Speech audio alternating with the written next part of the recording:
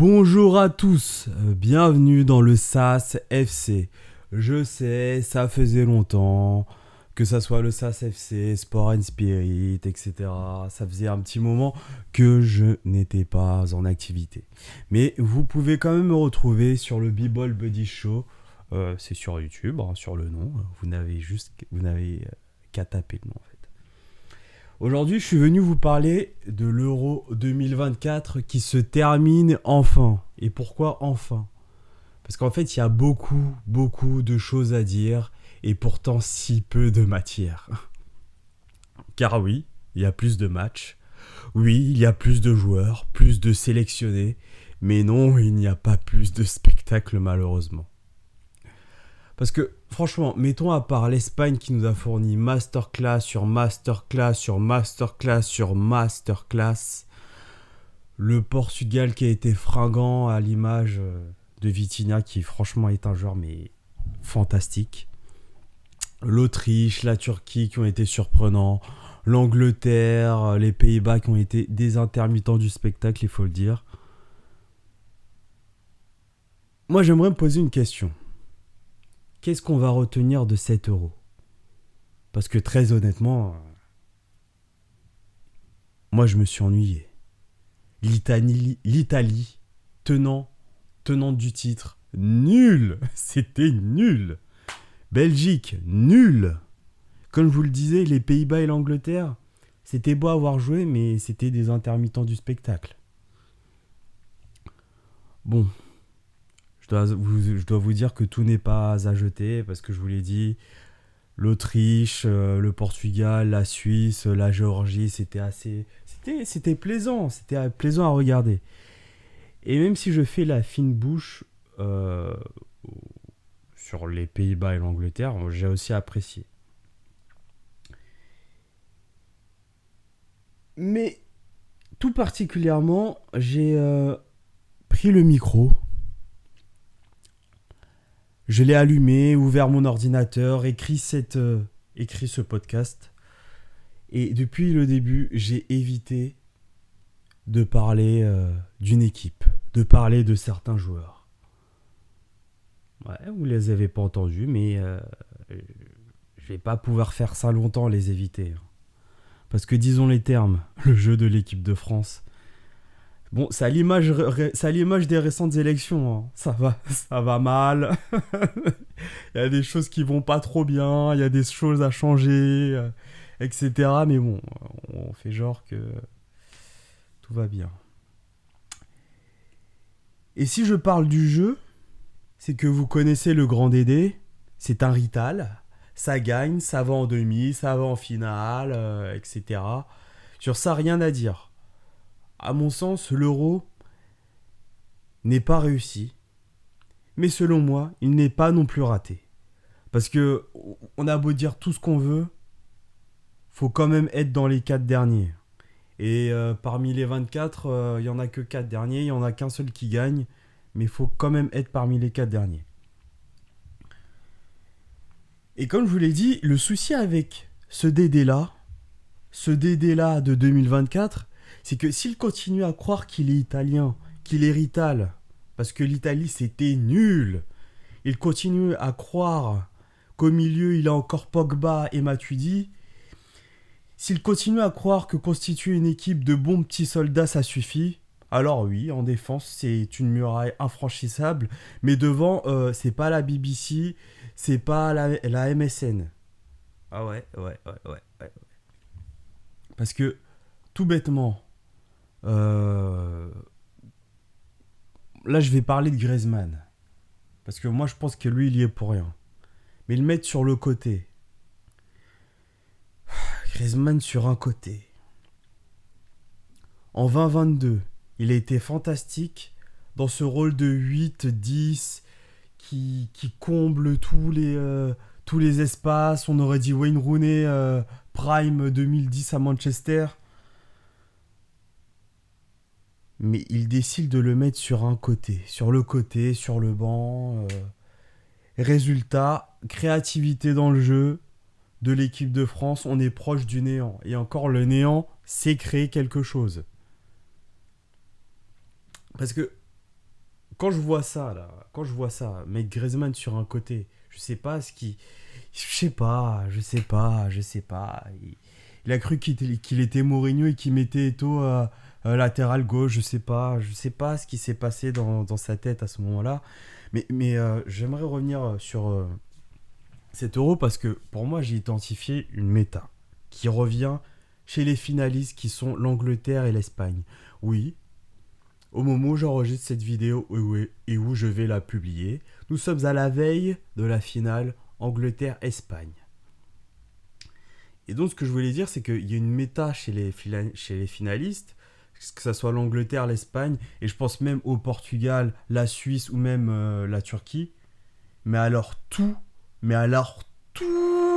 passe par des ailiers provocateurs qui mettent les latéraux en sueur. Ah ouais. Yamal, Ndoye, Williams, Leao. J'ai plus de noms, là, j'ai plus d'autres noms. Mais que ça soit même pour l'Angleterre, les Foden, les Saka, les Palmer, tout passe par les côtés. Griezmann, c'est pas un dribbleur. Il a une bonne qualité technique. Il voit bien le jeu. C'est un guerrier, mais le mets pas sur un côté. T'as Dembélé, t'as Barcola, t'as Mbappé, t'as Coman qui a dû jouer l'équivalent d'un match FIFA sur tout cet euro, mais tu nous mets Griezmann à droite. Écoutez. Moi, je suis loin d'être un génie du coaching. Mais bon, un défenseur qui se prend 60 minutes de Dembélé Mbappé, puis 30 minutes de Coman,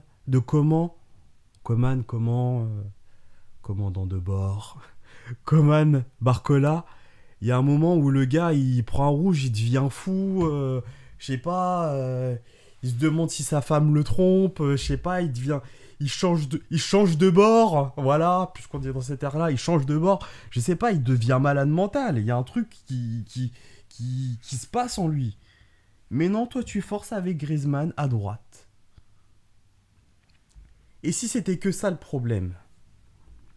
Parce que moi, personnellement, le meilleur joueur de l'équipe de France sur cet euro, c'est Koundé.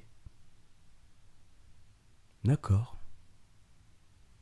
Kanté a fait de très bons matchs. Chouameni, il y en a qui sont pas d'accord, enfin qui seront pas d'accord avec moi, mais moi j'ai trouvé qu'il a été bon. Mais au milieu, t'as pas de créateur.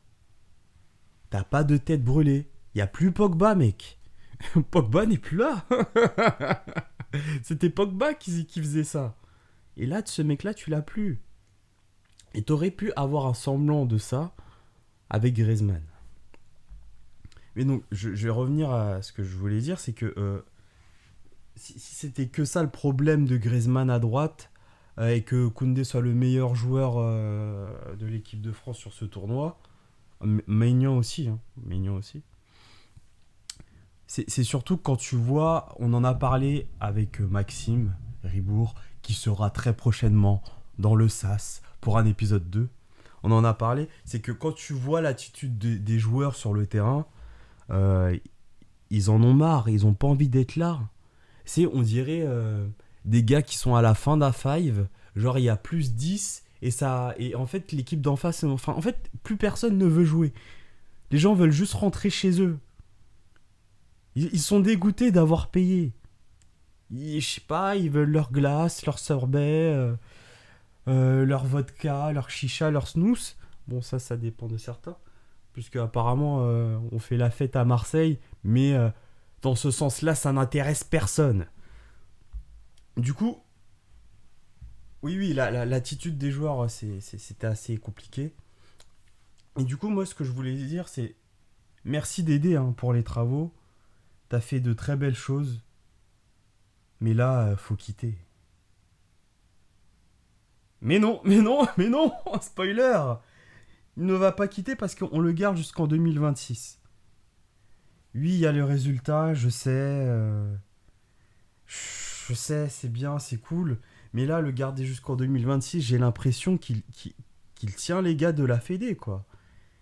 Et il sait des choses sur eux, c'est pas possible. Parce que rester jusqu'en 2026, là, j'espère que d'ici là, il va devenir un peu espagnol. J'espère même que d'ici là, il sera peut-être chauve avec les yeux bleus, le regard mystérieux et perçant. En gros, j'espère que ça sera Zidane. Ouais, ouais, je fais du, je sais pas comment ça s'appelle ça. En fait, comment il s'appelle. En fait, voilà. En fait, Didier Deschamps, c'est Dwayne Johnson, c'est The Rock pour WrestleMania 40. C'est-à-dire que tout le monde veut Cody Rhodes, mais lui dit non, je reste. Non, il faut partir, mec. Là, c'est plus ton temps. T'as fait de très belles choses. Merci pour les travaux, mais là, il faut partir. Au revoir. J'aimerais terminer sur cette vidéo pour dire merci au Crack FC. Parce que je pense que sans... Parce qu'en fait, on a une ligue. On a une ligue qui a été créée, je sais plus si c'est Marlon ou Clarence. En tout cas, c'est un des deux qui va gagner demain. D'ailleurs, Marlon qui donne toujours avant... qui ment toujours sur les résultats qu'il va mettre. Et ensuite, au dernier moment, il met un autre truc. Bref, un escroc. Mais bon, c'est aussi comme ça qu'on l'aime. Bref, ce que je voulais dire, c'est que merci au Crack FC, parce que j'ai vraiment passé de super moments avec mon petit prono. Franchement, je pense pas que j'aurais autant suivi l'Euro. On a franchement beaucoup rigolé. Bien sûr, Driss et Ben, vous êtes nuls. Et j'ai aimé ça, vous tailler à quel point vous étiez nuls. Driss, nul. Ben, nul. J'ai beaucoup aimé ça. Merci aussi à Jordan qui lui... alors lui, c'est un cas particulier. C'est-à-dire que lui, il ne parie pas, mais il change pas de position. C'est-à-dire que il reste toujours dans les hautes positions, mais il ne parie pas. Et aussi, bah, je voulais dire quoi ouais. Bon, aussi Maxime, qui est normalement dans le coaching. Bon, lui, les résultats, il les trouve pas vraiment, tu vois. Et ça, c'est autre chose. Mais bref, merci au Crack FC, merci à mon petit prono. C'était le SAS FC. Nous, on se retrouve très bientôt. Et d'ici là, on like, on partage, on commente, que ça soit sur Spotify, Google Podcast, Amazon Podcast, Apple Podcast, YouTube, euh, Netflix. Non, je plaisante. Mais en tout cas, merci d'avoir écouté ce podcast jusqu'ici. Et ouais, si vous êtes resté jusqu'ici, commentez par, je sais pas, MPP, tiens, MPP. Au revoir.